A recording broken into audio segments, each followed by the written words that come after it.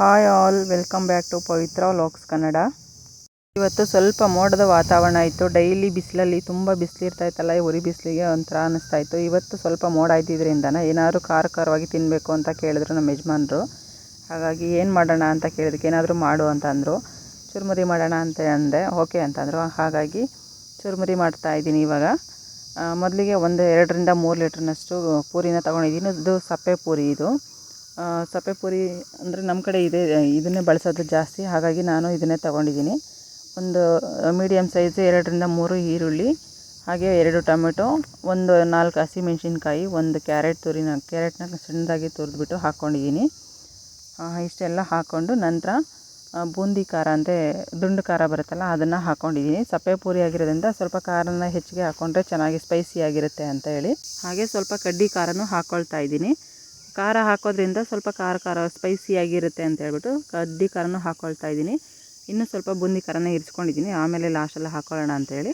ಹಾಗೆ ಒಂದು 5-6 ನಿಪ್ಪಟ್ಟನ್ನು ಹಾಕ್ಕೊಳ್ತಾ ಇದ್ದೀನಿ. ನಿಪ್ಪಟ್ಟು ತಿನ್ನಬೇಕಾದ್ರೆ ಬಾಯಿಗೆ ಸಿಗೋದ್ರಿಂದ ತುಂಬ ಚೆನ್ನಾಗಿರುತ್ತೆ ತಿನ್ನಲಿಕ್ಕೆ. ಹಾಗಾಗಿ ನಾನು ನಿಪ್ಪಟ್ಟನ್ನು ಹೆಚ್ಚಿಗೆ ಹಾಕ್ಕೊಳ್ತಾ ಇದ್ದೀನಿ.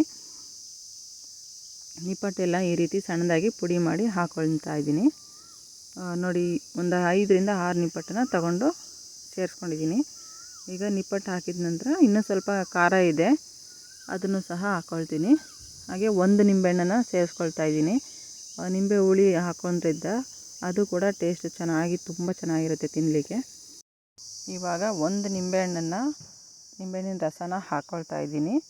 ಸ್ವಲ್ಪ ಖಾರನ ಉಳಿಸ್ಕೊಂಡಿದ್ದೆ, ಅದನ್ನು ಹಾಕ್ಬಿಟ್ಟು ಚೆನ್ನಾಗಿರುತ್ತೆ ತಿನ್ನಲಿಕ್ಕೆ, ಸ್ಪೈಸಿಯಾಗಿರುತ್ತೆ ಅಂದರು. ಹಾಗಾಗಿ ಕೊನೆಯಲ್ಲಿ ಅದನ್ನು ಸಹ ಸೇರಿಸ್ಕೊಂಡೆ. ಸ್ವಲ್ಪ ರುಚಿಗೆ ತಕ್ಕಷ್ಟು ಉಪ್ಪನ್ನು ಹಾಕ್ಕೊಳ್ತಾ ಇದ್ದೀನಿ. ಹಾಗೆ ಉಪ್ಪನ್ನು ಹಾಕ್ಕೊಂಡ ನಂತರ ಚೆನ್ನಾಗಿ ಕೈನಲ್ಲೇ ಮಿಕ್ಸ್ ಮಾಡ್ಕೊಳ್ತಾ ಇದ್ದೀನಿ.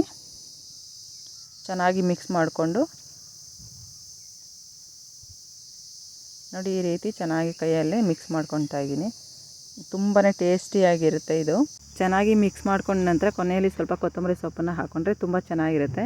ಆ್ಯಕ್ಚುಲಿ ಇವತ್ತು ಕೊತ್ತಂಬರಿ ಸೊಪ್ಪು ಮನೇಲಿ ಇರಲಿಲ್ಲ, ಖಾಲಿ ಆಗಿಬಿಟ್ಟಿತ್ತು. ಹಾಗಾಗಿ ನಾನು ಹಾಗೇ ಮಾಡಿದೆ.